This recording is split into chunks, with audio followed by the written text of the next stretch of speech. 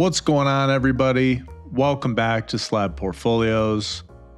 Today we're going to be tackling one of the biggest books in the entire hobby, Incredible Hulk 181. This is the first appearance of Wolverine and one of the most chased Marvel keys of all time. And so today the big question is simple. Is this book a hold, or is it finally time to sell it? Quick disclaimer before we jump in. This video is for entertainment and collector discussion only. This is not financial advice at all. It's not investment advice and not a price prediction channel. Always do your own research. And most importantly, and above all else, you should collect what you love. Incredible Hulk 181 is a pillar of the Bronze Age. It's not just an important book. It's a generational book. Released in 1974, this issue features the first full appearance of Wolverine, a character who would go on to become one of the most popular figures in all of comics. The cover art is by Herb Trimpe, with finishes by John Romita Sr., and it's instantly recognizable even outside of the hobby. John Romita is one of the architects of Marvel's visual identity.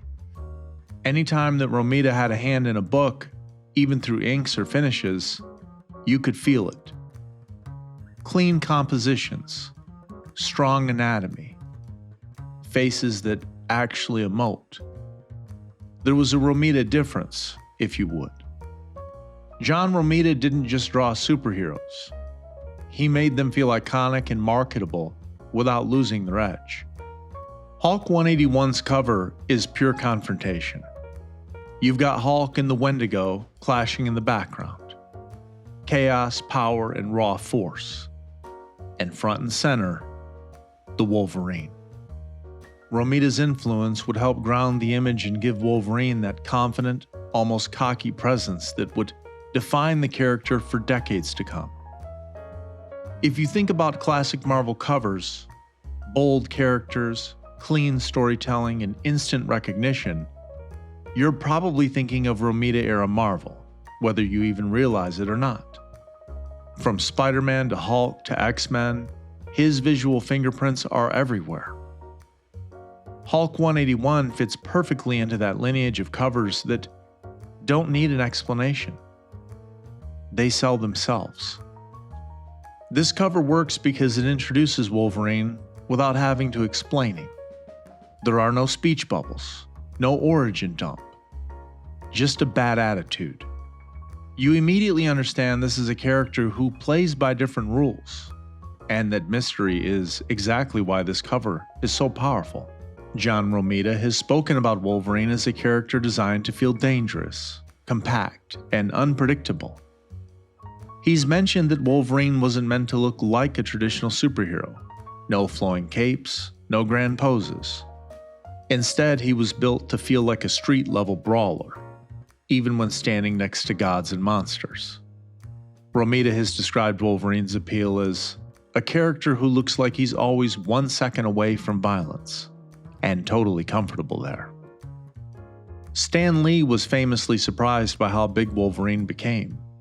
He said in interviews that Wolverine was originally intended as a supporting character, not the centerpiece of Marvel. But fans responded to the attitude, the edge, and the internal conflict. Stan often described Wolverine as a hero who's constantly fighting his own nature. To really understand Hulk 181, you have to look at when it came out. This is a peak Bronze Age Marvel key. When stories got darker, characters got rougher, and moral lines started to blur during that time period for comics. Wolverine fits that era perfectly. He's not clean, he's not polite, and he's not trying to be liked by anyone. Wolverine has survived every era because he adapts without losing his core. He's been in live-action films, cartoons, and video games. No matter the format, the character works because the concept is timeless. Rage, discipline, trauma, and restraint, all rolled into one. And that's why new fans keep discovering Wolverine, even decades after Hulk 181 hit the stands. But we do need to talk about market reality.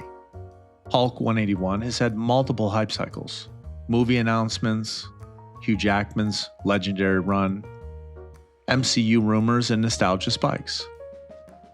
Prices exploded, then stabilized. And that's usually what you want to see with a true blue chip key.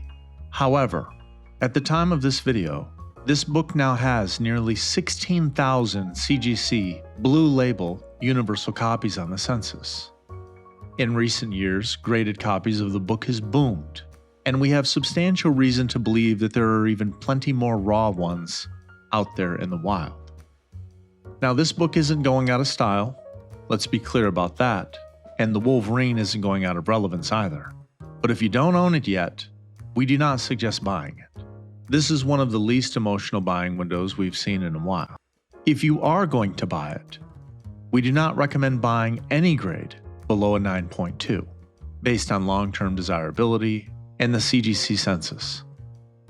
Hulk 181 isn't about flipping fast. It's about owning a cornerstone, the first appearance of one of Marvel's most enduring characters, a book that anchors entire collections. So for us, if you don't have it, it's not time to buy. And if you do have it, it's probably a good time to get rid of it. Regardless, if you love the book, and that's all that matters, then there's no reason not to hold it if you got it, or go out and get a copy. If you've enjoyed this breakdown, hit subscribe. We've got a lot more legendary books to talk about.